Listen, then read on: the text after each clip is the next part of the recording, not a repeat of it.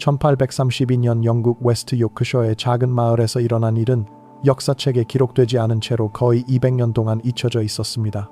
그날 마을 광장에 모인 사람들이 목격한 것은 단순한 경매가 아니었습니다. 한 남자가 자신의 아내를 마치 가축처럼 팔고 있었던 것입니다. 이것은 단순한 일화가 아닙니다. 빅토리아 시대 영국에서는 이런 일이 실제로 벌어지고 있었고 그 뒤에는 우리가 상상할 수 없는 끔찍한 이유들이 숨어 있었습니다. 빅토리아 여왕이 즉위한 1837년부터 1901년까지 영국은 겉보기에는 도덕적이고 문명화된 사회였습니다. 산업혁명이 가져온 번영, 대영 제국의 확장, 과학과 기술의 발전, 이 모든 것들이 영국을 세계 최강국으로 만들었습니다.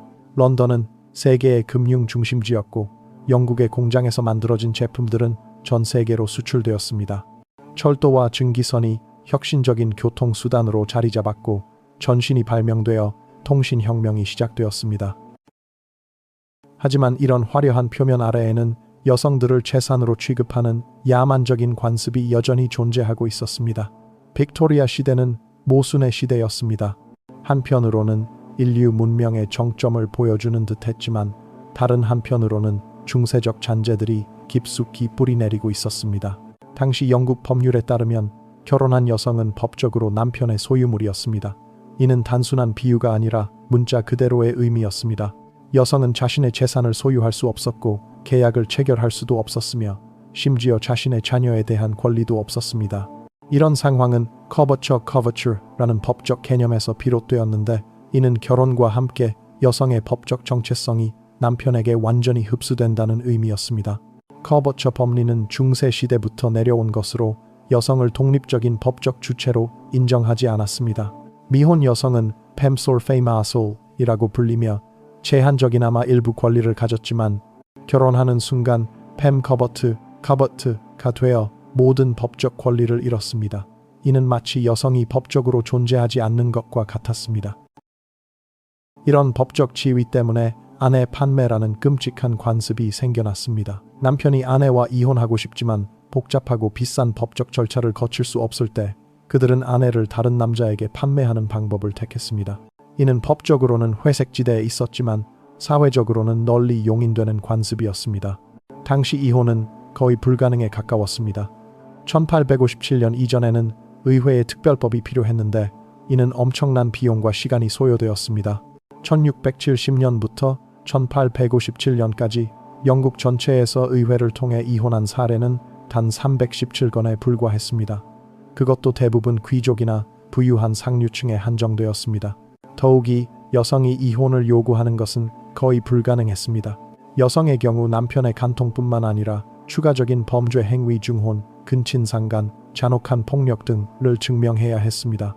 반면 남성은 아내의 간통만 증명하면 충분했습니다. 이런 이중 기준은 당시 사회의 가부장적 성격을 극명하게 보여줍니다. 1750년부터 1850년 사이에 기록된 아내 판매 사건만 해도 300건이 넘습니다. 하지만 실제로는 이보다 훨씬 많은 사건들이 있었을 것으로 추정됩니다. 대부분의 경우 이런 일들은 공식 기록에 남지 않았기 때문입니다. 특히 농촌 지역에서는 마을 사람들만 아는 비공식적인 아내 판매가 빈번하게 일어났습니다. 역사학자들은 실제 아내 판매 사건이 기록된 것보다 10배에서 20배 많았을 것으로 추정하고 있습니다. 즉, 실제로는 3영건에서 6영건 정도의 아내 판매가 있었을 가능성이 높습니다. 이는 당시 영국 사회에서 이런 관습이 얼마나 널리 퍼져 있었는지를 보여줍니다. 런던 대학의 역사학과에서 발견된 18세기 문서들은 이 관습의 실상을 적나라하게 보여줍니다. 그중 하나는 1784년 런던의 스미스필드 시장에서 벌어진 사건을 기록하고 있습니다. 스미스필드는 당시 런던 최대의 가축 시장이었는데 아이러니하게도 이곳에서 여성들도 팔렸습니다. 스미스필드 시장은 12세기부터 가축 거래의 중심지였습니다. 매주 월요일과 금요일에는 수천 마리의 소, 양, 돼지들이 거래되었고 시장은 상인들과 구매자들로 북적였습니다. 이곳에서 아내 판매가 이루어진다는 것은 여성을 완전히 가축과 동일시한다는 의미였습니다. 토마스 세이어라는 남자가 자신의 아내 메리를 경매에 내놓았습니다. 그는 아내의 목에 소나 양에게 씌우는 것과 같은 밧줄을 걸었고 마치 가축을 파는 것처럼 그녀의 장점들을 늘어놓았습니다. 주변에는 수십 명의 구경꾼들이 모여 있었고 그들은 이 광경을 마치 재미있는 구경거리라도 되는 양 바라보고 있었습니다. 토마스는 메리를 시장 한가운데 세워놓고 큰 소리로 외쳤습니다. 여기 건강하고 젊은 여자가 있습니다. 26세로 아직 아이를 낳을 수 있는 나이입니다. 그는 메리의 팔을 들어 올려 근육을 보여주며 일하는 능력도 뛰어납니다. 라고 덧붙였습니다. 이 여자는 건강하고 일을 잘 합니다. 요리와 청소에 능하며 아이들을 잘 돌봅니다. 단지 말이 좀 많을 뿐입니다. 이것이 토마스가 자신의 아내를 소개한 방식이었습니다. 그는 메리의 치아를 보여주며 건강 상태를 과시했고 그녀의 팔 근육을 만져보며 일할 수 있는 능력을 강조했습니다. 이는 완전히 가축을 파는 방식과 동일했습니다. 메리는 이 모든 과정을 말없이 견뎌야 했습니다. 그녀는 고개를 숙인 채 서 있었고 때때로 눈물이 볼을 타고 흘렀습니다. 하지만 저항하지는 않았습니다. 저항해봤자 상황이 나아지지 않는다는 것을 알고 있었기 때문입니다. 경매는 몇 시간 동안 계속되었고 여러 남자들이 입찰에 참여했습니다. 첫 번째 입찰자는 2실링을 제시했습니다. 다른 남자가 3실링을 불렀고 또 다른 이가 3실링을 제시했습니다. 마치 시장에서 물건을 흥정하는 것과 같았습니다. 입찰 과정에서 구매자들은 메리를 자세히 살펴보았습니다. 그들은 그녀의 손을 보며 일하느라 거칠어진 정도를 확인했고 등을 만져보며 건강 상태를 점검했습니다. 어떤 이는 그녀에게 간단한 질문을 던져 성격을 파악하려고 했습니다. 요리는 얼마나 잘하는가? 아이가 아프면 어떻게 돌보는가? 남편에게 말대꾸는 하지 않는가? 이런 질문들이 쏟아졌고 메리는 떨리는 목소리로 대답해야 했습니다. 그녀는 자신이 좋은 아내가 될 수 있다는 것을 증명하려고 애썼습니다. 결국 메리는 윌리엄 브라운이라는 농부에게 5실링과 맥주 한 잔에 팔렸습니다. 오늘날 가치로 환산하면 대략 $30 정도의 금액이었습니다. 당시 숙련 노동자의 하루 임금이 2실링 정도였으니 5실링은 5일분의 임금에 해당했습니다. 거래가 성사되자 토마스는 메리의 목에서 밧줄을 풀어 윌리엄에게 건네주었습니다. 이는 소유권 이전을 상징하는 의식이었습니다. 윌리엄은 밧줄을 받아들고 메리에게 이제 내 아내다 라고 말했습니다. 하지만 이 사건에서 가장 충격적인 것은 메리 자신의 반응이었습니다. 그녀는 저항하지 않았습니다. 오히려 안도의 표정을 지었다고 기록되어 있습니다. 그녀는 새로운 주인에게 고개를 숙여 인사까지 했습니다. 왜 그랬을까요? 이 질문에 대한 답은 당시 여성들이 처한 절망적인 상황을 이해해야만 가능합니다. 메리가 토마스와 결혼한 것은 5년 전이었습니다. 그때 그녀는 21세였고 토마스는 30세였습니다. 결혼은 부모들이 정한 것이었고 메리에게는 선택권이 없었습니다. 토마스는 처음에는 괜찮은 남편이었지만 점차 술에 빠져들면서 폭력적으로 변했습니다. 메리는 토마스에게 수차례 구타를 당했습니다. 때로는 사소한 일로, 때로는 아무 이유 없이 맞았습니다. 그녀는 도움을 요청할 곳이 없었습니다. 당시 법률은 남편이 아내를 합리적으로 체벌하는 것을 허용했기 때문입니다.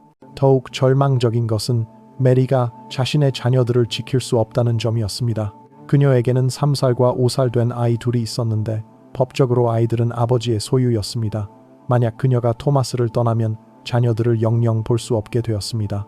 경제적 상황도 절망적이었습니다. 메리는 교육을 받지 못했기 때문에 할 수 있는 일이 거의 없었습니다. 당시 여성들이 할 수 있는 일은 가정부, 세탁부, 재봉사 정도였는데 임금은 남성의 절반 이하였습니다. 혼자서 두 아이를 키우며 생활하기는 불가능했습니다. 빅토리아 시대의 여성들에게는 선택권이 거의 없었습니다. 결혼은 경제적 필수였지 사랑의 결과가 아니었습니다. 대부분의 여성들은 10대 후반에 부모가 정해준 상대와 결혼했고 그 후로는 남편의 절대적 지배하에 살아야 했습니다. 당시 사회에서 결혼하지 않은 여성은 스핀스터라고 불리며 사회적 낙인을 받았습니다. 이들은 경제적으로 독립하기 어려웠고 사회적으로도 무시당했습니다. 따라서 대부분의 여성들에게 결혼은 피할 수 없는 운명이었습니다. 결혼 후에도 여성의 삶은 고달팠습니다. 그들은 집안일과 육아를 전담해야 했고 남편의 모든 요구에 복종해야 했습니다. 거부할 권리는 없었습니다. 심지어 성관계도 남편의 권리이자 아내의 의무로 여겨졌습니다. 이혼은 법적으로 거의 불가능했고 폭력적인 남편에게서 벗어날 방법도 없었습니다. 당시 법률은 남편이 아내를 합리적으로 체벌하는 것을 허용했습니다. 합리적이라는 기준도 모호했지만 일반적으로 엄지손가락보다 굵지 않은 막대기로 때리는 것은 허용되었습니다. 이것이 바로 엄지손가락 법칙 Rule of Thumb의 어두운 기원입니다. 가정폭력은 남편의 권리로 여겨졌고 아내가 도움을 요청할 곳도 없었습니다. 경찰도 가정 내 폭력에는 개입하지 않았습니다. 이는 사적인 문제로 취급되었기 때문입니다. 교회도 마찬가지였습니다. 목사들은 아내에게 남편에게 더욱 순종하라고 조언할 뿐이었습니다. 더욱 끔찍한 것은 여성들이 자신의 자녀들조차 지킬 수 없었다는 점입니다. 법적으로 아이들은 아버지의 소유였기 때문에 아내가 남편을 떠나면 자녀들을 영영 볼 수 없게 되었습니다. 많은 어머니들이 자녀들 때문에 폭력적인 남편 곁에 머물 수밖에 없었습니다. 1839년 유아양육법 Infant Custody Act이 제정되기 전까지는 어머니가 자녀에 대한 어떤 권리도 갖지 못했습니다. 이 법이 제정된 후에도 어머니는 7세 이하의 자녀에 대해서만 양육권을 주장할 수 있었고 그마저도 어머니가 도덕적으로 적합하다고 판단될 때만 가능했습니다. 경제적 상황도 마찬가지로 절망적이었습니다.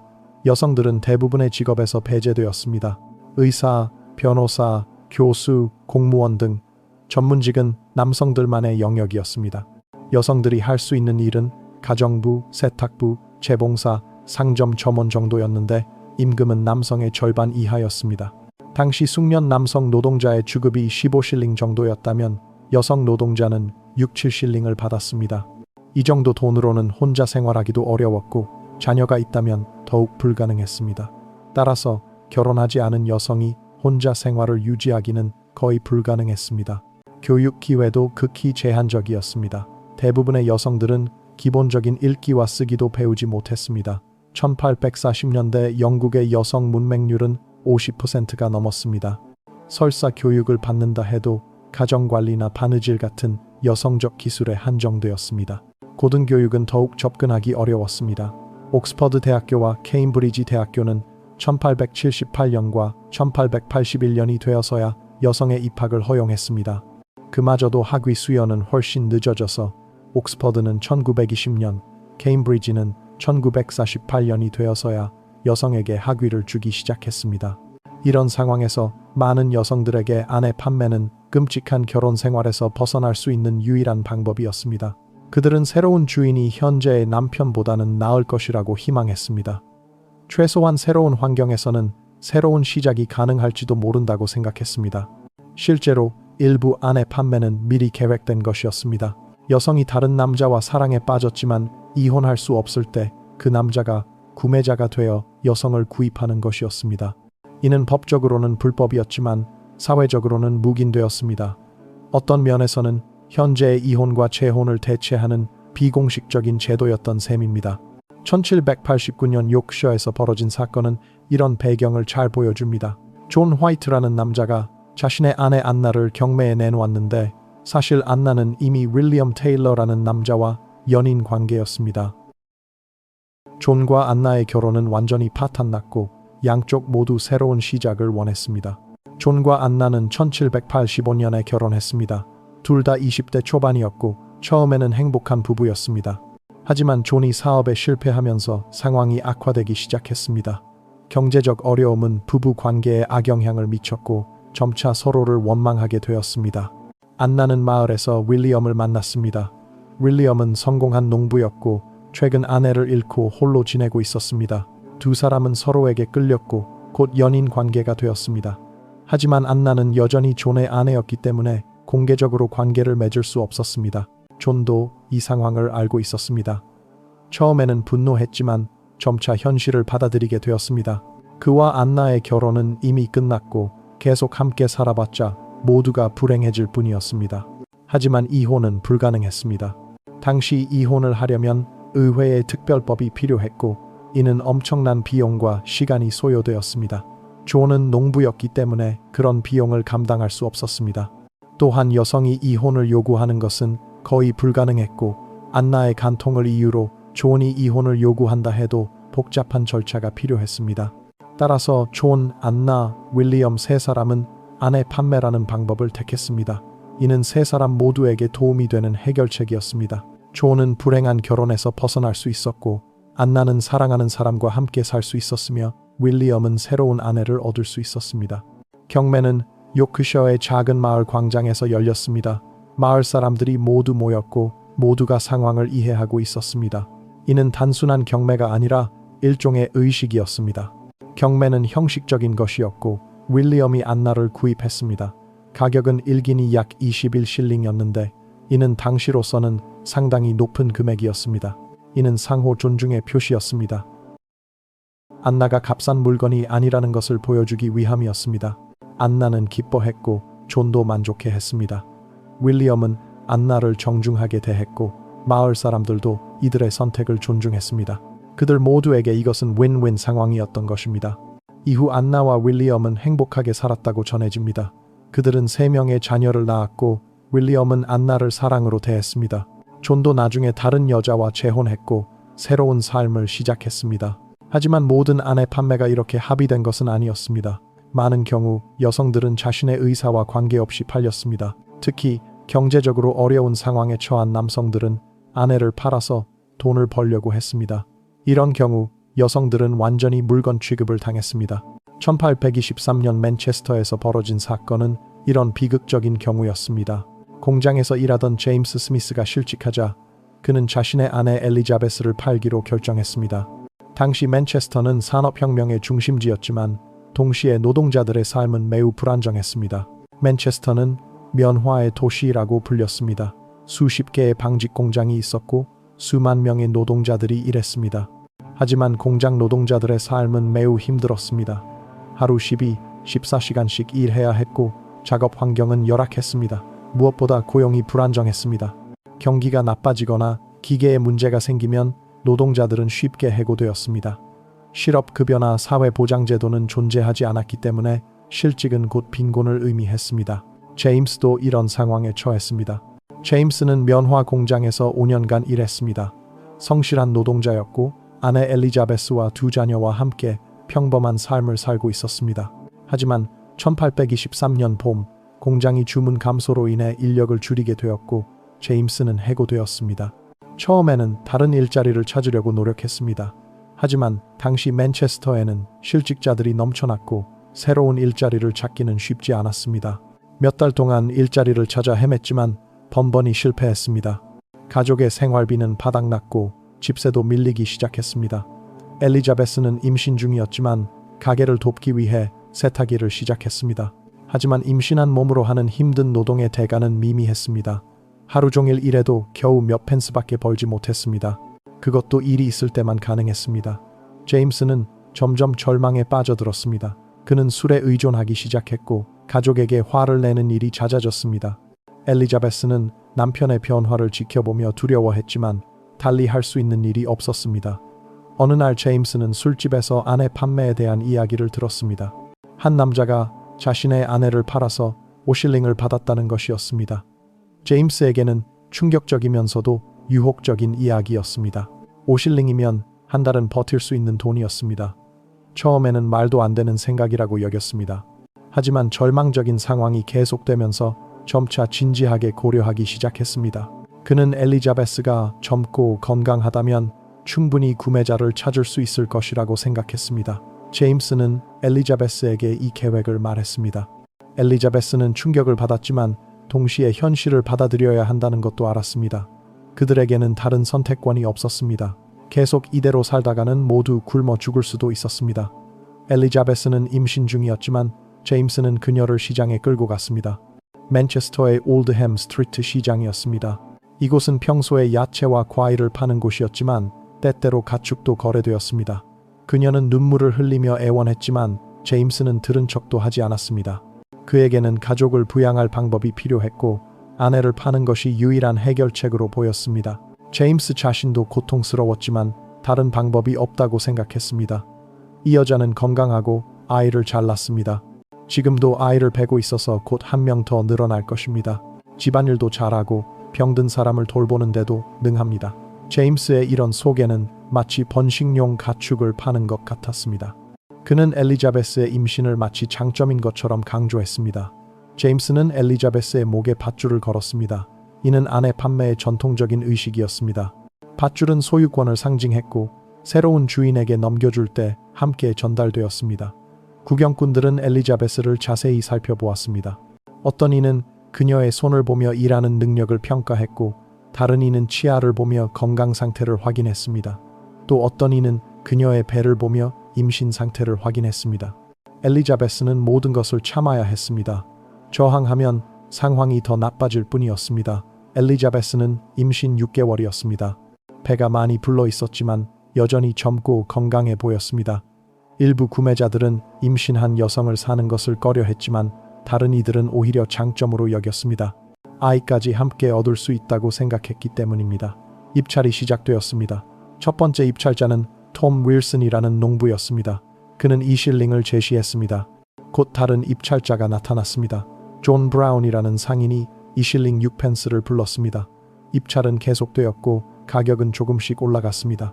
엘리자베스는 자신이 얼마에 팔릴지 모르는 상황에서 불안해했습니다. 그녀는 누가 자신을 사게 될지, 그 사람이 자신을 어떻게 대할지 두려워했습니다.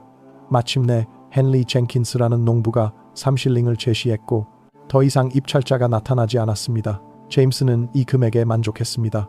3실링이면 당분간 생활할 수 있는 돈이었습니다. 결국 엘리자베스는 헨리에게 3실링에 팔렸습니다. 헨리는 40대 중반의 농부로 최근 아내를 잃고 혼자 농장을 운영하고 있었습니다. 그는 농장 일을 도와줄 여자가 필요했고 임신한 여자라면 아이도 함께 얻을 수 있어서 좋다고 생각했습니다. 거래가 성사되자 제임스는 엘리자베스의 목에서 밧줄을 풀어 헨리에게 건네주었습니다. 헨리는 밧줄을 받아들고 엘리자베스에게 이제 내 아내다. 걱정하지 마라. 잘 대해주겠다고 말했습니다. 엘리자베스는 헨리를 따라 농장으로 갔습니다. 맨체스터에서 약 10마일 떨어진 곳이었습니다. 그녀는 새로운 주인을 따라가면서 복잡한 감정을 느꼈습니다.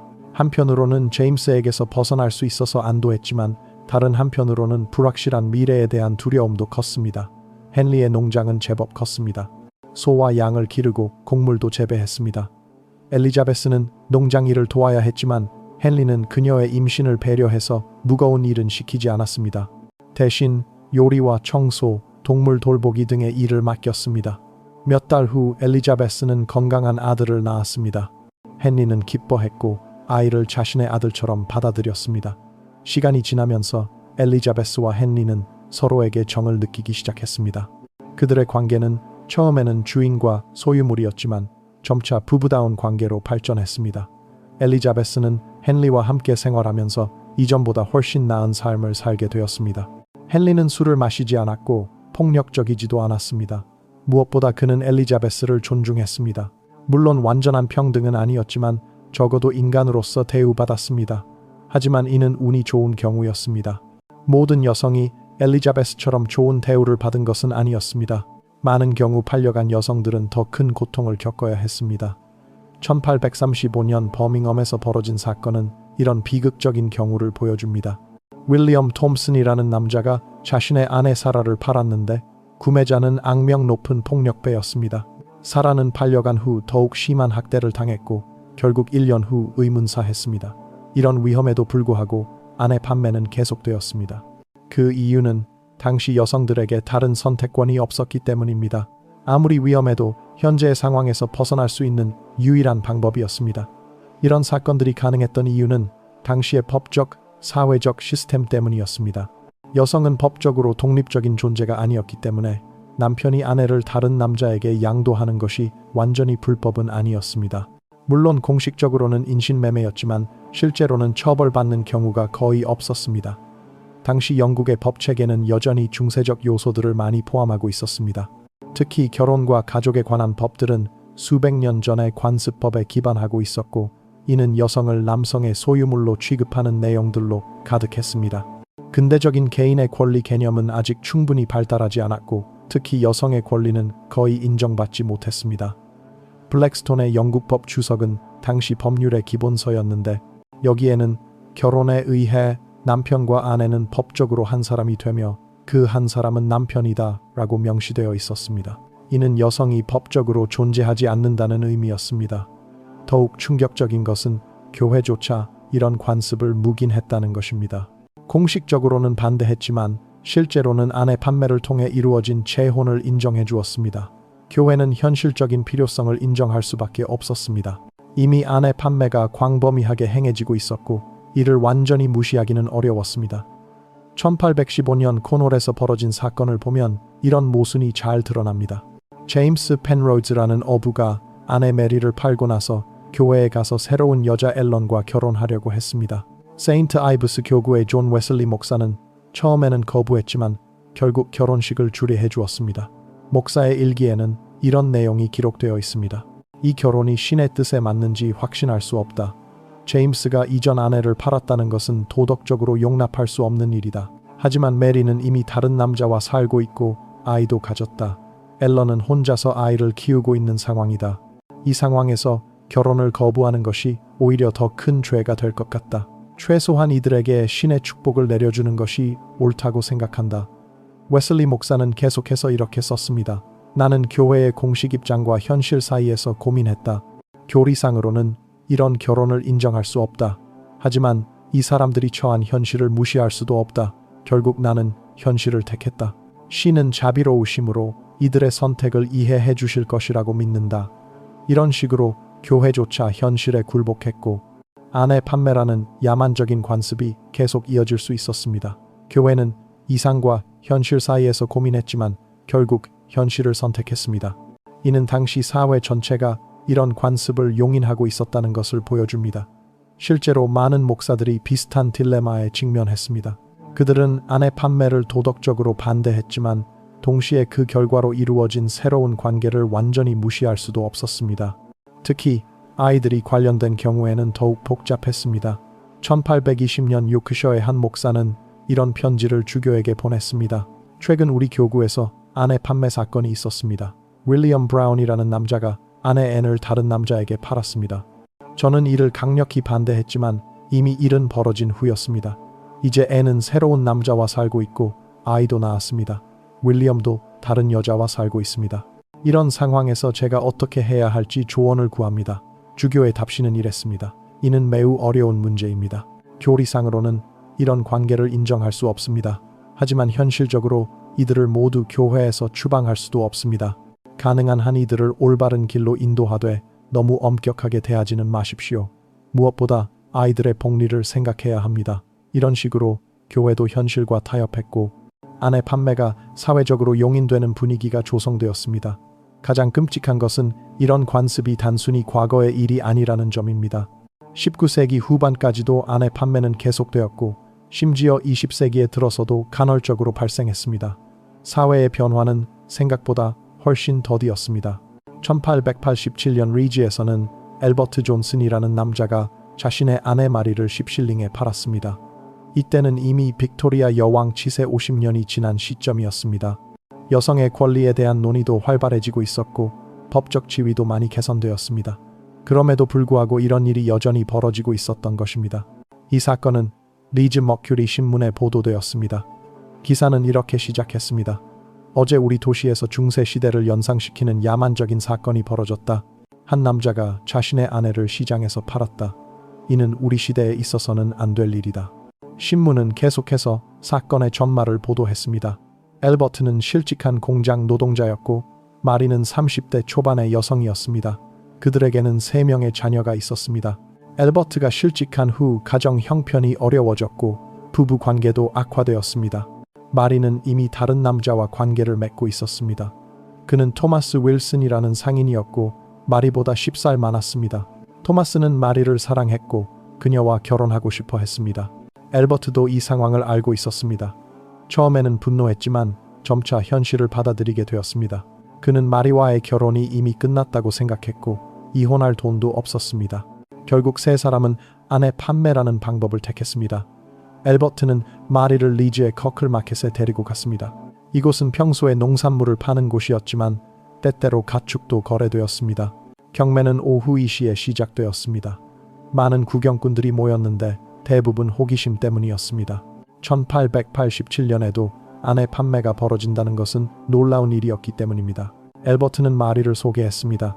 이 여자는 건강하고 아직 젊습니다. 아이를 잘 돌보고 집안일도 잘합니다. 다만 말이 좀 많고 고집이 센 것이 흠입니다. 그는 마리의 목에 빨간 리본을 묶었습니다. 전통적인 밧줄 대신 리본을 사용한 것은 시대의 변화를 반영한 것이었습니다. 입찰은 토마스가 시작했습니다. 그는 5실링을 제시했습니다. 다른 입찰자는 나타나지 않았습니다. 대부분의 구경꾼들은 이 상황을 이해하고 있었고 토마스가 진짜 구매자라는 것을 알았습니다. 잠시 후 한 농부가 6실링을 제시했습니다. 이는 예상치 못한 일이었고 토마스는 당황했습니다. 하지만 곧 7실링을 불렀고 농부는 더 이상 입찰하지 않았습니다. 마침내 토마스가 10실링을 제시했고 더 이상 입찰자가 나타나지 않았습니다. 엘버트는 이 금액에 만족했습니다. 10실링이면 꽤 오랫동안 생활할 수 있는 돈이었습니다. 거래가 성사되자 엘버트는 마리의 목에서 리본을 풀어 토마스에게 건네주었습니다. 토마스는 리본을 받아들고 마리에게 이제 내 아내다, 행복하게 해주겠다고 말했습니다. 마리는 기뻐했습니다. 그녀는 토마스를 사랑했고 이제 공식적으로 그와 함께 살 수 있게 되었습니다. 엘버트도 안도했습니다. 그는 불행한 결혼에서 벗어날 수 있었고 당분간 생활할 돈도 얻었습니다. 하지만 구경꾼들의 반응은 복잡했습니다. 일부는 이런 일이 아직도 벌어진다는 것에 충격을 받았습니다. 다른 일부는 세 사람의 선택을 이해한다고 했습니다. 또 다른 일부는 이를 구경거리로 여겼습니다. 신문 기사는 이 사건을 비판적으로 보도했습니다. 기자는 이런 야만적인 관습이 19세기 말에도 계속되고 있다는 것은 우리 사회의 후진성을 보여준다고 썼습니다. 하지만 동시에 이들이 처한 현실적 어려움도 이해할 수 있다라고 덧붙였습니다. 이 사건은 당시 사회에 큰 파장을 일으켰습니다. 여성의 권리를 주장하는 사람들은 이를 여성 억압의 상징으로 봤습니다. 반면 일부 보수적인 사람들은 이를 전통적인 관습의 하나로 여겼습니다. 더욱 놀라운 것은 1913년, 즉 제1차 세계대전 직전에도 아내 판매 사건이 기록되어 있다는 점입니다. 런던 근교 에핑의 한 마을에서 조지 웨스트라는 남자가 자신의 아내 메리를 1파운드에 팔았습니다. 이때는 이미 여성 참정권 운동이 활발했고 사회 곳곳에서 여성의 권리에 대한 논의가 이루어지고 있었습니다. 서프로제트들이 거리에서 시위를 벌이고 있었고 정치권도 여성의 선거권에 대해 진지하게 논의하고 있었습니다. 하지만 여전히 일부 지역에서는 아내를 재산으로 취급하는 관습이 남아 있었던 것입니다. 이 마지막 사건은 특히 주목할 만합니다. 판매된 여성의 이름은 메리 웨스트였고 그녀는 32세의 여성이었습니다. 그녀의 남편 조지는 35세였고 최근 일자리를 잃었습니다. 메리는 이미 찰스 브라운이라는 남자와 관계를 맺고 있었고 찰스가 그녀를 구매했습니다. 이 사건은 데일리 메일과 더 타임스에 보도되었고 많은 사람들의 비난을 받았습니다. 당시 사회 분위기는 이미 많이 바뀌어 있었고 아내 판매를 야만적인 관습으로 보는 시각이 주류가 되어 있었습니다. 더 타임스의 사설은 이렇게 썼습니다. 20세기에 들어서도 이런 중세적 관습이 계속되고 있다는 것은 우리 사회의 수치다. 여성은 남성의 소유물이 아니다. 하루빨리 이런 야만적인 관습이 완전히 사라져야 한다. 여성 참정권 운동가들도 이 사건에 강력히 반발했습니다. 에멀린 팽크허스트는 연설에서 이 사건은 여성이 왜 정치적 권리를 가져야 하는지를 보여준다. 여성들이 정치적 발언권을 갖기 전까지는 이런 일들이 계속될 것이라고 말했습니다. 하지만 여전히 일부 지역에서는 이런 일이 벌어지고 있었던 것입니다. 특히 농촌이나 가난한 지역에서는 전통적인 관습이 더 오래 지속되었습니다. 그렇다면 왜 이런 끔찍한 관습이 그토록 오랫동안 지속될 수 있었을까요? 그 이유는 여러 가지가 있었습니다. 첫째, 경제적 이유였습니다. 당시 이혼은 매우 비싸고 복잡한 절차였습니다. 1857년 이전에는 의회 특별법이 필요했기 때문에 상류층이 아닌 이상 이혼을 할 여유가 없었습니다. 1857년 이후에도 이혼 비용은 여전히 높았고 일반 서민들에게는 부담스러웠습니다. 당시 이혼 소송 비용은 평균 50-100파운드 정도였습니다. 이는 일반 노동자의 2-3년치 임금에 해당하는 금액이었습니다. 게다가 복잡한 법적 절차와 증인 확보, 변호사 비용 등을 고려하면 실제 비용은 더욱 높았습니다. 반면 아내 판매는 간단하고 저렴했습니다. 몇 실링이면 가능했고 복잡한 법적 절차도 필요 없었습니다. 시장에 나가서 몇 시간이면 모든 것이 끝났습니다. 경제적으로 어려운 상황에 처한 사람들에게는 현실적인 선택이었습니다. 둘째, 법적 공백이었습니다. 아내 판매는 명시적으로 불법은 아니었습니다. 여성이 남편의 재산이라면 그 재산을 처분하는 것은 남편의 권리였던 것입니다.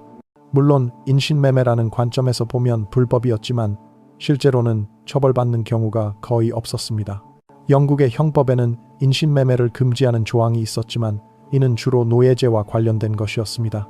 아내 판매의 경우 법적 해석이 모호했습니다.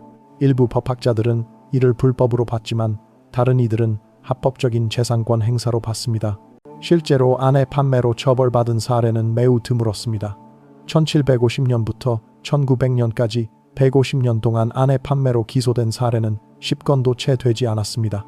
그마저도 대부분 벌금형에 그쳤고 실형을 받은 경우는 거의 없었습니다. 법 집행기관들도 이런 관습을 묵인하는 경우가 많았습니다. 치안판사들은 아내 판매를 불쾌하게 여겼지만 동시에 이해할 수 있는 행위로도 봤습니다. 특히 당사자들이 모두 동의한 경우에는 굳이 처벌할 필요가 없다고 생각했습니다. 셋째, 사회적 수용이었습니다. 놀랍게도 많은 사람들이 아내 판매를 자연스러운 것으로 받아들였습니다. 이는 오랜 전통이었고 사회적으로 인정받는 관습이었습니다. 특히 서민층에서는 이를 현실적인 해결책으로 여겼습니다. 당시 영국 사회는 계급적으로 분화되어 있었습니다. 상류층은 의회를 통한 이혼이 가능했지만 중산층과 서민층은 그럴 여유가 없었습니다. 따라서 서민층에게는 아내 판매가 유일한 대안이었습니다. 언론도 아내 판매에 대해 복합적인 시각을 보였습니다. 일부 신문들은 이를 야만적인 관습이라고 비판했지만 다른 신문들은 흥미로운 구경거리로 다뤘습니다. 심지어 일부 신문들은 아내 판매 광고를 게재하기도 했습니다. 1796년 모닝 크로니클에는 이런 광고가 실렸습니다. 건강하고 젊은 아내를 팝니다. 25세, 아이 둘을 낳았으며 집안일에 능합니다. 관심 있는 분은 토요일 스미스필드 시장으로 오십시오. 이런 광고들은 아내 판매가 사회적으로 용인되고 있었다는 것을 보여줍니다. 신문사들도 이를 문제 삼지 않았고 독자들도 자연스럽게 받아들였습니다. 심지어 일부 여성들조차도 이를 어쩔 수 없는 현실로 여겼습니다. 다른 선택권이 없었기 때문입니다. 폭력적인 남편에게서 벗어날 방법이 아내 판매뿐이라면 그들도 이를 받아들일 수밖에 없었습니다. 1823년 웨일즈의 한 여성은 지역 신문에 이런 편지를 보냈습니다. 남편이 나를 팔겠다고 합니다. 처음에는 충격받았지만 지금은 오히려 기대됩니다. 새로운 남편이 지금보다는 나을 것이라고 생각합니다. 여성에게는 선택권이 없습니다. 주어진 상황에서 최선을 다할 뿐입니다. 이런 편지는 당시 여성들의 절망적인 상황을 잘 보여줍니다. 그들에게는 진정한 자유가 없었고 주어진 상황에 적응하는 것이 유일한 생존 전략이었습니다. 넷째, 종교적 묵인이었습니다.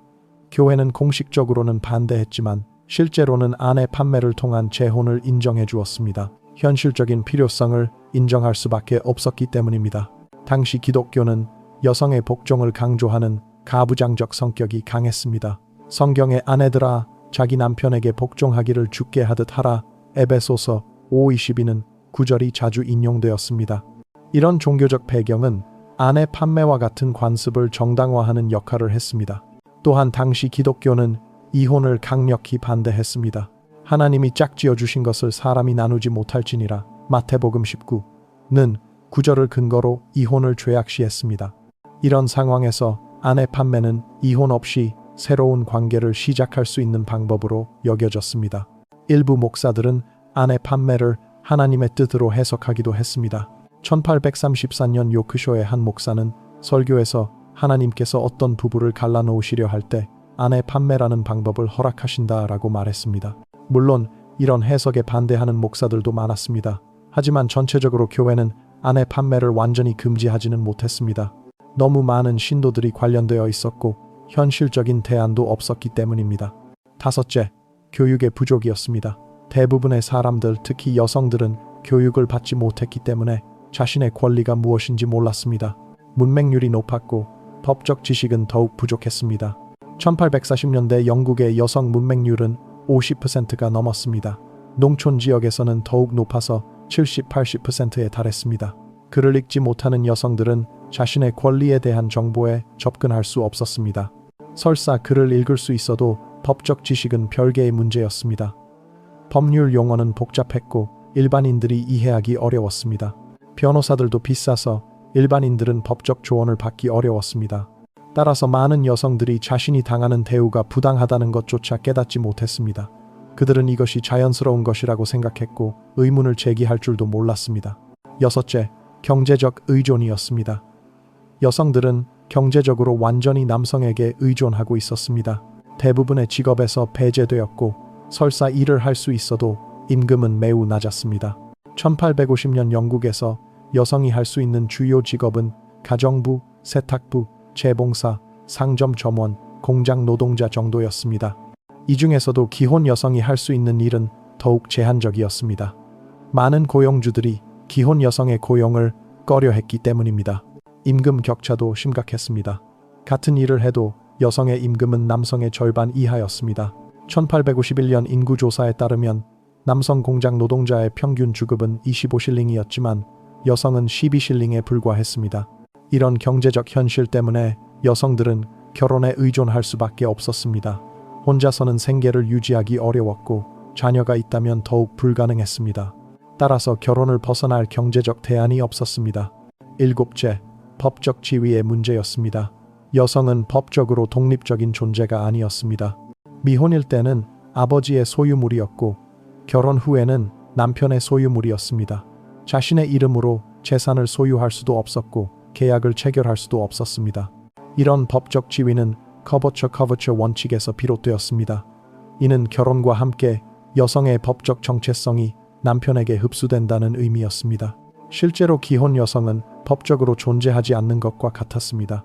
여성은 법정에서 증언할 수도 없었고 소송을 제기할 수도 없었습니다. 모든 법적 행위는 남편을 통해서만 가능했습니다.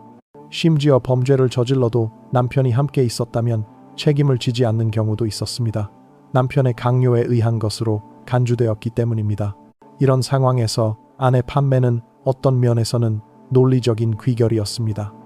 여성이 재산이라면 그 재산을 매매하는 것도 가능하다는 논리였습니다. 여덟째, 사회적 압력이었습니다. 당시 사회는 여성의 역할을 아내와 어머니로만 한정했습니다. 결혼하지 않은 여성은 사회적으로 낙인 찍혔고 이혼한 여성은 더욱 심한 차별을 받았습니다. 스핀스터라는 용어는 원래 실을 찾는 여성을 의미했지만 점차 노처녀를 뜻하는 부정적인 의미로 변했습니다. 30세가 넘어서도 결혼하지 않은 여성은 실패한 여성으로 취급되었습니다. 이혼한 여성의 상황은 더욱 심각했습니다. 그들은 타락한 여성으로 여겨졌고 사회에서 배척당했습니다.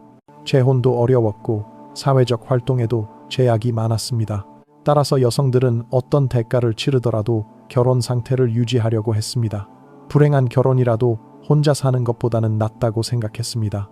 이런 사회적 압력이 아내 판매를 용인하는 분위기를 조성했습니다. 아홉째, 정치적 무력감이었습니다. 여성들은 선거권이 없었기 때문에 정치적 영향력을 행사할 수 없었습니다. 자신들의 권익을 대변할 정치적 수단이 없었던 것입니다. 1832년 선거법 개정으로 중산층 남성의 선거권이 확대되었지만 여성은 여전히 배제되었습니다. 1867년과 1884년의 추가 개정에서도 마찬가지였습니다. 여성이 선거권을 얻은 것은 1918년 30세 이상과 1928년 21세 이상이었습니다. 정치적 발언권이 없었기 때문에 불합리한 법과 제도를 바꿀 방법도 없었습니다. 의회는 모두 남성들로 구성되어 있었고 그들의 관심사는 여성의 권익과는 거리가 멀었습니다. 여성들이 정치적 권리를 요구하기 시작한 것은 19세기 중반이었습니다. 하지만 이런 움직임도 상당한 저항에 부딪혔습니다. 많은 남성들이 여성의 정치 참여를 위험한 것으로 봤기 때문입니다. 마지막으로 의식의 문제였습니다. 당시 사회 전체가 가부장적 의식에 젖어 있었습니다. 남성의 권위와 여성의 복종이 자연스러운 것으로 여겨졌고 이에 의문을 제기하는 사람은 거의 없었습니다. 이런 의식은 종교, 철학, 과학 등 모든 분야에서 뒷받침되었습니다. 기독교는 여성의 복종을 신의 뜻이라고 가르쳤고 철학자들은 여성의 이성적 능력을 의심했으며 의사들은 여성의 신체적 열등함을 주장했습니다. 아리스토텔레스의 여성은 불완전한 남성이라는 말이나 토마스 아퀴나스의 여성은 실패한 남성이라는 주장 등이 여전히 영향력을 갖고 있었습니다. 이런 사상들은 여성의 열등함을 당연한 것으로 만들었습니다. 19세기에 들어서도 이런 편견은 계속되었습니다. 일부 의사들은 여성이 너무 많이 생각하면 자궁에 문제가 생긴다고 주장했습니다. 또 다른 의사들은 여성의 뇌가 남성보다 작기 때문에 지적 능력이 떨어진다고 말했습니다. 이런 과학적 주장들은 여성의 사회 참여를 제한하는 근거로 사용되었습니다. 여성은 본질적으로 남성보다 열등하므로 남성의 보호와 지배를 받아야 한다는 논리였습니다. 심지어 많은 여성들조차도 이런 질서를 당연한 것으로 받아들였습니다. 그들은 어릴 때부터 남성에게 복종하는 것이 미덕이라고 교육받았습니다. 자신의 의견을 주장하거나 권리를 요구하는 것은 여성답지 못한 행동으로 여겨졌습니다. 1849년 한 여성이 쓴 일기에는 이런 내용이 있습니다. 남편이 나를 팔겠다고 합니다. 처음에는 놀랐지만 이것도 하나님의 뜻인 것 같습니다. 여자는 남자의 소유물이니까요. 새로운 주인이 좋은 분위기를 기도합니다. 이런 내용은 당시 여성들의 의식 수준을 보여줍니다. 그들은 자신이 인간이 아닌 소유물이라는 것을 당연하게 받아들였습니다. 이런 복합적인 요인들이 작용해서 아내 판매라는 끔찍한 관습이 수세기 동안 지속될 수 있었던 것입니다. 하나의 요인만으로는 설명할 수 없는 복잡한 사회 현상이었습니다. 그러나 19세기 중반부터 상황이 조금씩 변하기 시작했습니다. 여성의 권리에 대한 인식이 높아지고 법률도 점진적으로 개선되었습니다. 이런 변화의 배경에는 여러 요인들이 있었습니다. 우선 계몽주의 사상의 영향이 있었습니다. 개인의 권리와 평등에 대한 사상이 점차 확산되면서 여성도 독립적인 인격체라는 인식이 생겨나기 시작했습니다. 존 스튜어트 밀의 여성의 종속 1869과 같은 저작들이 여성의 권리에 대한 논의를 활발하게 만들었습니다.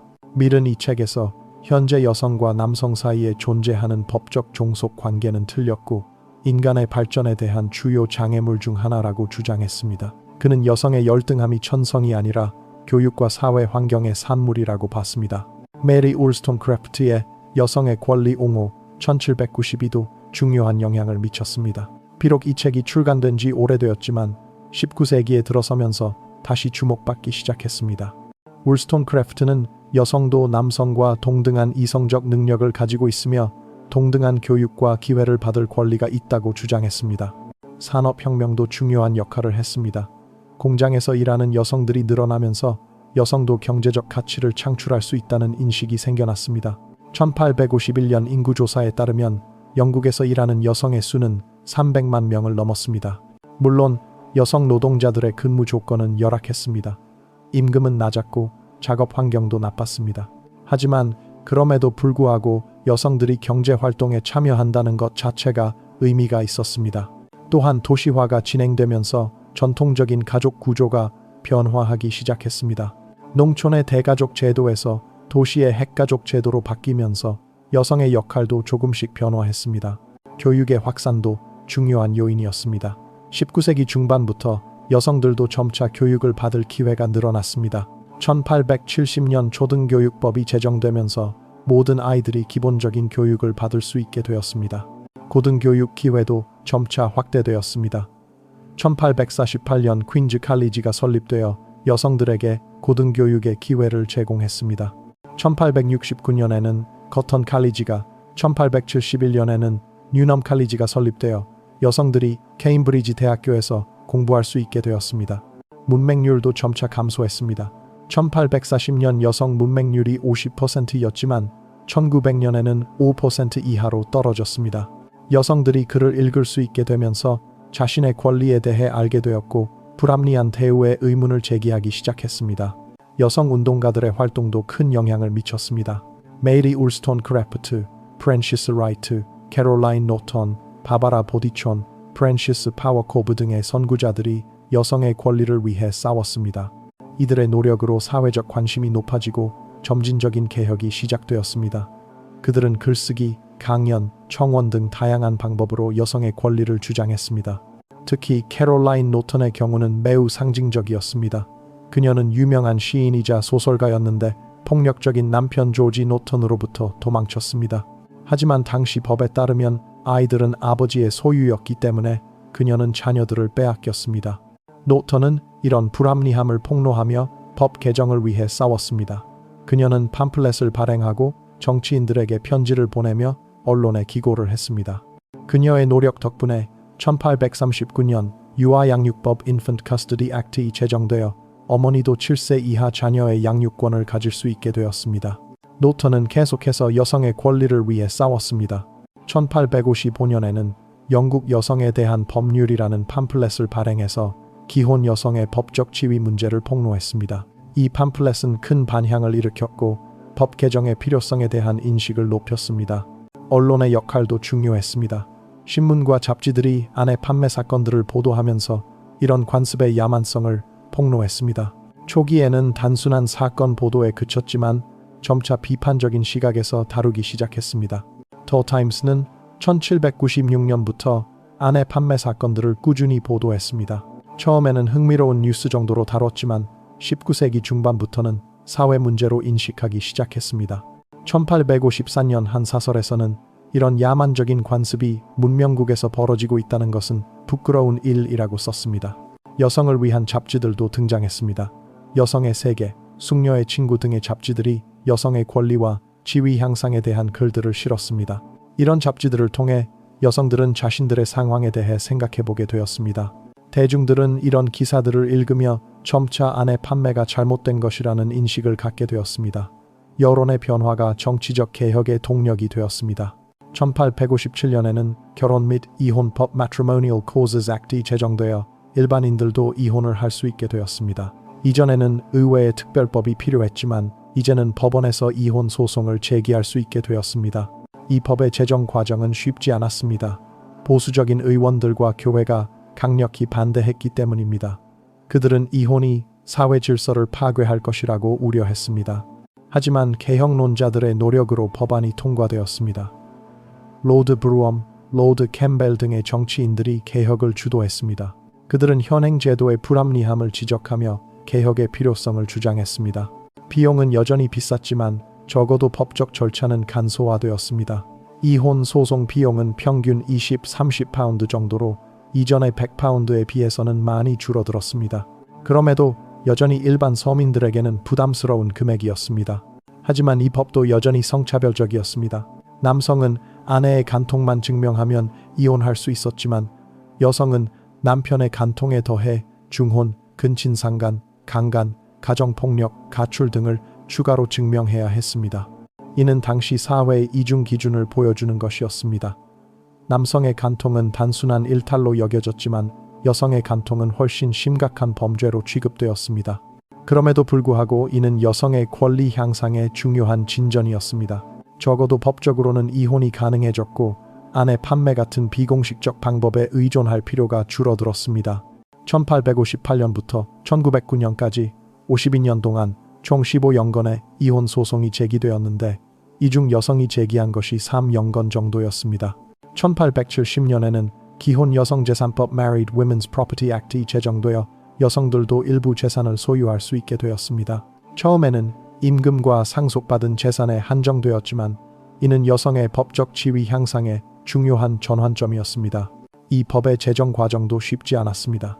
존 스튜어트, 미리 하원의원으로 활동하면서 적극적으로 추진했고 여성 운동가들도 청원 운동을 벌였습니다. 1867년에 제출된 청원서에는 15만 명의 서명이 담겨 있었습니다. 반대 세력도 만만하지 않았습니다. 많은 남성들이 이 법이 가족 제도를 파괴할 것이라고 우려했습니다.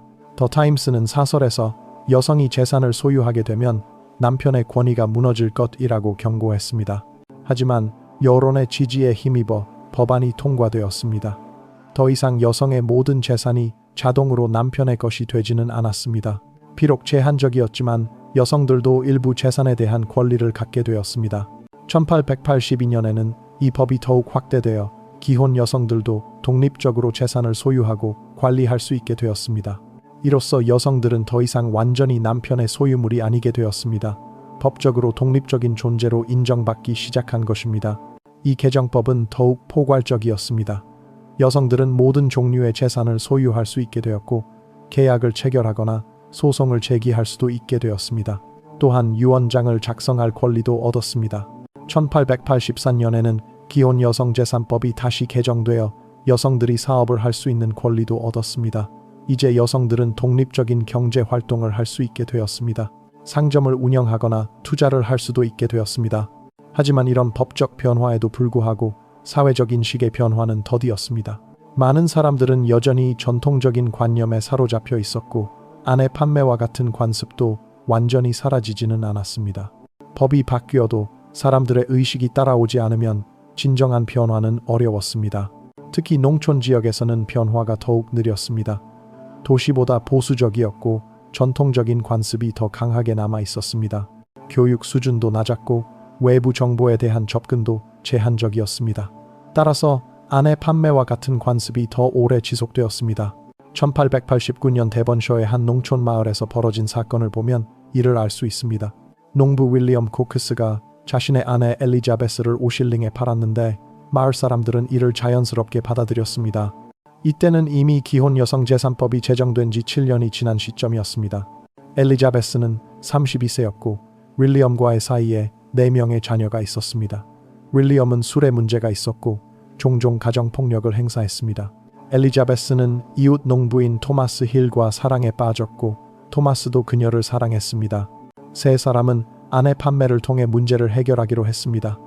마을 사람들도 이 상황을 이해했고 누구도 반대하지 않았습니다. 오히려 엘리자베스가 더 나은 남편을 얻게 되어 다행이라고 생각했습니다. 경매는 마을 광장에서 열렸고 토마스가 엘리자베스를 5실링에 구입했습니다. 엘리자베스는 기뻐했고 마을 사람들도 축하해 주었습니다. 그들에게는 이것이 자연스러운 해결책이었습니다. 이런 사건들은 법적 변화와 사회적 인식 사이의 간극을 보여줍니다. 법으로는 여성의 권리가 향상되었지만 실제 삶에서는 여전히 전통적인 관습이 지배적이었습니다. 경제적 요인도 중요했습니다. 가난한 지역에서는 여전히 이혼보다 아내 판매가 더 현실적인 선택으로 여겨졌습니다. 법적 절차를 밟을 여유가 없었기 때문입니다. 1890년대에도 이혼 소송 비용은 20파운드 정도였는데 이는 농업 노동자의 6개월치 임금에 해당하는 금액이었습니다. 또한 교육 기회가 제한적이었기 때문에 자신의 권리에 대해 모르는 사람들이 많았습니다. 1891년 인구조사에 따르면 농촌 지역 여성의 문맹률은 여전히 20%를 넘었습니다. 글을 읽지 못하는 여성들은 새로운 법률에 대해 알 수 없었습니다. 종교적 요인도 작용했습니다. 일부 보수적인 종교 지도자들은 여성의 권리 확대에 반대했습니다. 그들은 전통적인 가부장제를 신의 뜻이라고 주장했고 여성의 해방을 사회 질서의 파괴로 봤습니다. 1893년 웨일즈의 한 침례교 목사는 설교에서 하나님께서 여자를 남자의 갈빗대로 만드신 것은 남자를 돕기 위함이다. 여자가 남자와 동등하려고 하는 것은 하나님의 뜻에 어긋난다고 말했습니다. 이런 종교적 보수주의는 사회 변화를 늦추는 요인이 되었습니다. 많은 사람들이 목사의 말을 신의 뜻으로 받아들였고 여성의 권리 향상에 의문을 제기했습니다. 정치적 요인도 있었습니다. 여성들은 여전히 선거권이 없었기 때문에 정치적 영향력을 행사하기 어려웠습니다. 남성 정치인들은 여성의 권익보다는 남성 유권자들의 요구에 더 민감했습니다. 1884년 선거법 개정으로 대부분의 성인 남성이 선거권을 갖게 되었지만 여성은 여전히 배제되었습니다. 이는 여성들의 불만을 키웠고 참정권 운동의 동력이 되었습니다. 그럼에도 불구하고 변화는 계속되었습니다. 19세기 말에는 여성 참정권 운동이 본격화되었고 20세기에 들어서면서 더욱 활발해졌습니다. 전국 여성 참정권 연맹 2과 여성사회정치 연맹 텔리 같은 조직들이 결성되어 여성의 정치적 권리를 위해 싸웠습니다. 밀리센트 포셋이 이끈 NUWSS는 평화적이고 합법적인 방법으로 참정권을 추구했습니다. 그들은 청원, 집회, 로비 활동 등을 통해 여성의 참정권을 주장했습니다. 에멀린 팽크허스트가 창립한 WSPU는 더 급진적인 방법을 택했습니다. 그들은 suffragettes라고 불렸는데 때로는 폭력적인 시위도 불사했습니다. 상점 유리창을 깨거나 우편함에 불을 지르거나 심지어 폭탄을 터뜨리기도 했습니다. 이런 급진적인 방법에 대해서는 논란이 많았습니다. 일부 사람들은 이를 여성의 권리를 위한 정당한 투쟁으로 봤지만 다른 이들은 사회 질서를 위협하는 테러로 여겼습니다. 하지만 이런 활동들이 여성 참정권에 대한 사회적 관심을 높인 것은 분명했습니다. 언론들이 서프로제트들의 활동을 대대적으로 보도했고 정치권도 여성의 참정권에 대해 진지하게 논의하기 시작했습니다. 제1차 세계대전은 여성의 지위 변화의 결정적인 계기가 되었습니다. 남성들이 전장에 나가면서 여성들이 다양한 분야에서 일하게 되었습니다. 공장, 농장, 사무실, 심지어 경찰과 소방서에서도 여성들이 일했습니다. 전쟁 기간 동안 영국에서 일하는 여성의 수는 300만 명에서 500만 명으로 늘어났습니다. 그들은 포탄을 만들고 비행기를 조립하고 농작물을 재배했습니다. 이는 여성의 능력을 증명하는 기회가 되었습니다. 무엇보다 여성들이 남성과 동등하게 일할 수 있다는 것을 보여주었습니다. 이전에는 여성은 약해서 힘든 일을 할 수 없다거나 여성은 위험한 일을 할 수 없다는 편견이 있었습니다. 하지만 전쟁을 통해 이런 편견들이 틀렸다는 것이 증명되었습니다. 여성들 자신도 자신감을 얻었습니다. 그들은 남성 없이도 충분히 일할 수 있다는 것을 깨달았고 더 이상 남성에게만 의존할 필요가 없다는 것을 알게 되었습니다. 전쟁이 끝난 후인 1918년 30세 이상의 여성들이 선거권을 얻었습니다. 이는 부분적인 승리였지만 여성 참정권 운동의 중요한 이정표였습니다. 1928년에는 21세 이상의 모든 여성이 선거권을 갖게 되어 완전한 정치적 평등이 실현되었습니다. 이로써 여성들도 정치적 영향력을 행사할 수 있게 되었습니다. 그들은 자신들의 권익을 대변하는 정치인들을 선출할 수 있게 되었고 불합리한 법과 제도를 바꿀 수 있는 힘을 갖게 되었습니다. 20세기에 들어서서야 아내 판매는 거의 완전히 사라졌습니다. 1920년대 이후로는 공식적인 아내 판매 기록이 거의 없습니다. 법적, 사회적, 경제적 변화가 누적되면서 마침내 이 야만적인 관습이 역사 속으로 사라진 것입니다. 하지만 그 뿌리가 된 여성에 대한 차별적 인식은 훨씬 더 오래 지속되었습니다. 법적으로는 평등해졌지만 사회적으로는 여전히 차별이 남아 있었습니다. 1960년대까지도 많은 직장에서 여성들은 결혼하면 퇴직해야 했습니다. 이는 결혼바 marriage bar라고 불리는 관행이었는데 특히 공무원, 교사, 은행원 등의 직업에서 흔했습니다. 회사들은 기혼 여성이 일에 집중하지 못할 것이라고 생각했습니다. 은행에서 대출을 받을 때도 여성들은 남편이나 아버지의 보증이 필요했습니다. 여성 혼자서는 신용도가 낮다고 여겨졌기 때문입니다. 심지어 신용카드를 만들 때도 남성의 보증이 필요한 경우가 많았습니다. 가정폭력은 여전히 사적인 문제로 취급되었습니다. 경찰들은 부부싸움은 칼로 물베기라며 개입을 꺼려했습니다. 법원도 가정폭력을 심각한 범죄로 보지 않았습니다. 성희롱이나 성차별에 대한 법적 보호도 충분하지 않았습니다. 직장에서 성희롱을 당해도 신고할 곳이 없었고 신고를 해도 제대로 처리되지 않았습니다. 여자가 예쁘면 그런 일도 당할 수 있다는 식의 인식이 팽배했습니다. 임금 격차도 심각했습니다. 1970년 동일임금법이 제정되기 전까지 여성의 임금은 남성의 60% 수준에 불과했습니다. 같은 일을 해도 여성은 보조적 역할이라는 이유로 낮은 임금을 받았습니다. 승진 기회도 제한적이었습니다. 유리천장 glass ceil이라는 용어로 표현되는 보이지 않는 장벽이 존재했습니다. 여성들은 일정 수준 이상으로 올라가기 어려웠고 고위직은 거의 남성들의 동무대였습니다. 1970년대부터 여성해방운동이 본격화되면서 상황이 크게 개선되기 시작했습니다. 동일임금법 1970, 성차별금지법 1975, 고용보호법 1975 등이 제정되었고 여성들의 사회 진출이 활발해졌습니다.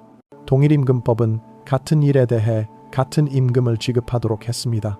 성차별금지법은 성별을 이유로 한 차별을 금지했습니다.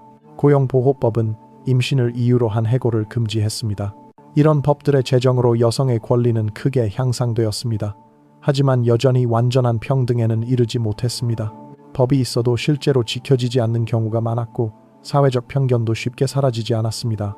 1980년대와 1990년대를 거치면서 점진적인 개선이 이루어졌습니다.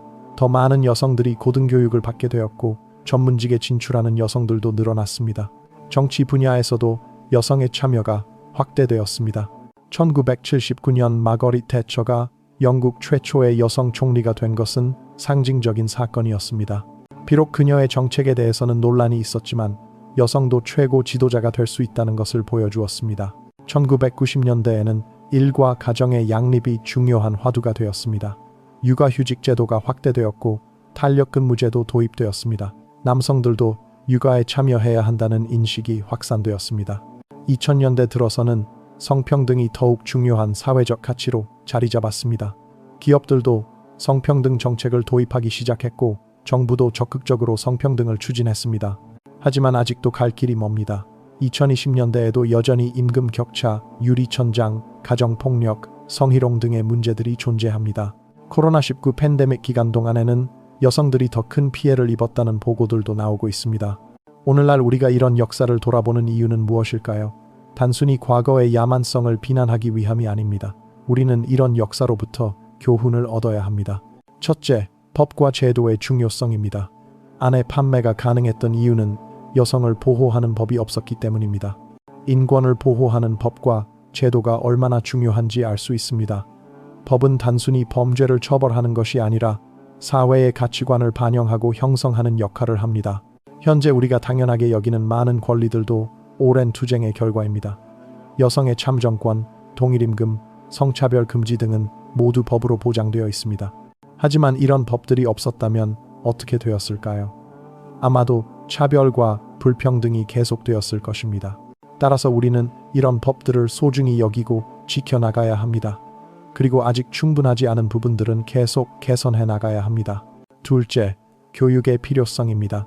사람들이 자신의 권리를 알지 못하면 그 권리를 지킬 수도 없습니다. 인권 교육이 얼마나 중요한지 깨달을 수 있습니다. 특히 어린 시절부터 성평등 교육을 받는 것이 중요합니다. 교육은 단순히 지식을 전달하는 것이 아닙니다.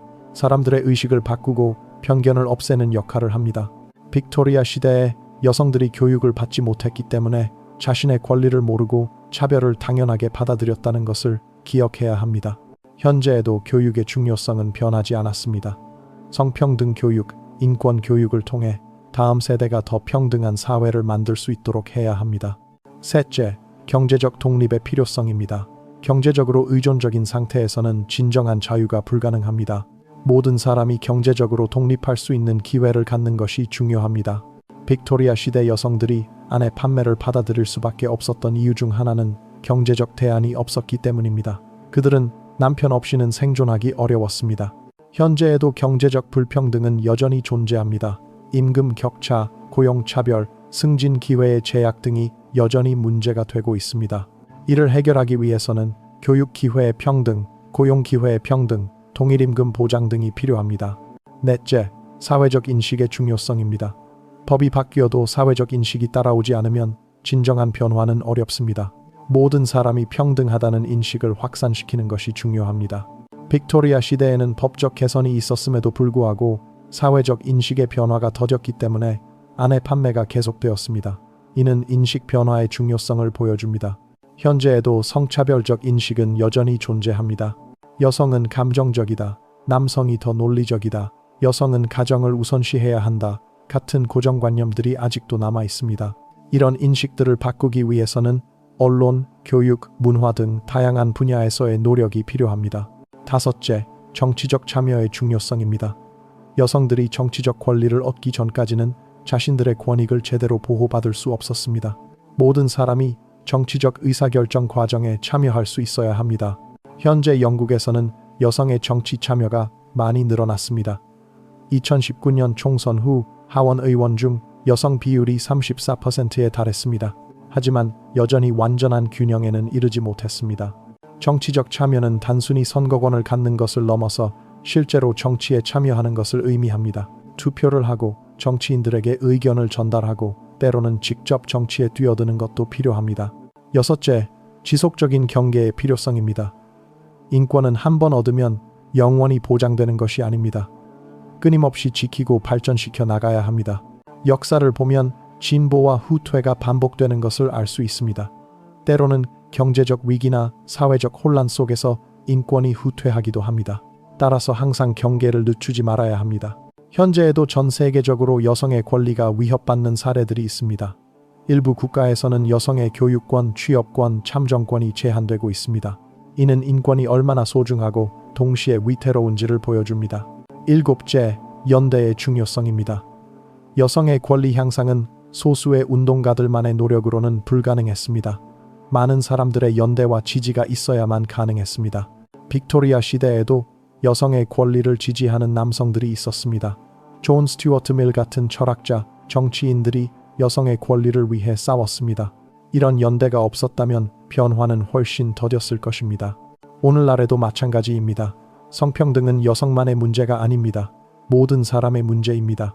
남성들도 성평등을 위해 노력해야 하고 차별받는 모든 사람들과 연대해야 합니다. 여덟째, 국제적 협력의 필요성입니다. 인권은 국경을 초월하는 보편적 가치입니다. 한 나라에서만 노력해서는 충분하지 않습니다. 시대의 변화도 다른 나라들의 영향을 받았습니다. 미국의 여성 참정권 운동, 프랑스의 여성 해방 사상 등이 영국에도 영향을 미쳤습니다. 현재에도 국제적 협력이 중요합니다. UN 여성차별 철폐 협약, 베이징 행동 강령 등 국제적 기준들이 각국의 성평등 정책에 영향을 미치고 있습니다. 또한 미투 운동처럼 한 나라에서 시작된 운동이 전 세계로 확산되기도 합니다. 9째, 문화의 역할입니다. 법과 제도만으로는 충분하지 않습니다. 문화와 관습도 함께 바뀌어야 합니다. 빅토리아 시대의 소설, 연극, 신문 등이 여성의 권리에 대한 인식 변화에 중요한 역할을 했습니다. 찰스 디킨스의 소설들은 여성의 어려운 처지를 생생하게 그려냈고 많은 사람들의 공감을 이끌어냈습니다. 현재에도 영화, 드라마, 문학, 음악 등을 통해 평등의 가치를 확산시키는 것이 중요합니다. 문화 콘텐츠는 사람들의 마음을 움직이고 의식을 바꾸는 강력한 힘을 가지고 있습니다. 마지막으로 개인의 책임입니다. 사회 변화는 개인의 인식 변화에서 시작됩니다. 각자가 자신의 편견을 되돌아보고 더 나은 사람이 되려고 노력해야 합니다. 우리 모두는 무의식 중에 편견을 가지고 있을 수 있습니다. 여성은 이래야 한다, 남성은 저래야 한다는 식의 고정관념들 말입니다. 이런 편견들을 인식하고 극복하려는 노력이 필요합니다. 빅토리아 시대의 아내 판매는 분명히 과거의 일입니다. 하지만 그것이 보여주는 교훈은 여전히 유효합니다. 우리는 이런 끔찍한 일이 다시는 반복되지 않도록 노력해야 합니다. 그리고 현재에도 여전히 존재하는 다양한 형태의 차별과 불평등에 맞서 싸워야 합니다. 성별, 인종, 종교, 계층, 성적 지향에 관계없이 모든 사람이 존엄성을 인정받을 수 있는 세상을 만들어야 합니다. 전 세계적으로 보면 여전히 여성의 권리가 제대로 보장되지 않는 곳들이 많습니다. 일부 국가에서는 여성들이 교육받을 권리, 일할 권리, 정치적 참여의 권리를 제대로 보장받지 못하고 있습니다. 심지어 일부 지역에서는 아직도 인신매매나 강제결혼 같은 일들이 벌어지고 있습니다. 하지만 희망적인 변화들도 많이 보이고 있습니다. 젊은 세대들은 이전 세대보다 훨씬 더 평등한 의식을 가지고 있습니다. 기술의 발달로 정보에 대한 접근이 쉬워졌고 소셜미디어를 통해 연대와 운동이 더 활발해졌습니다.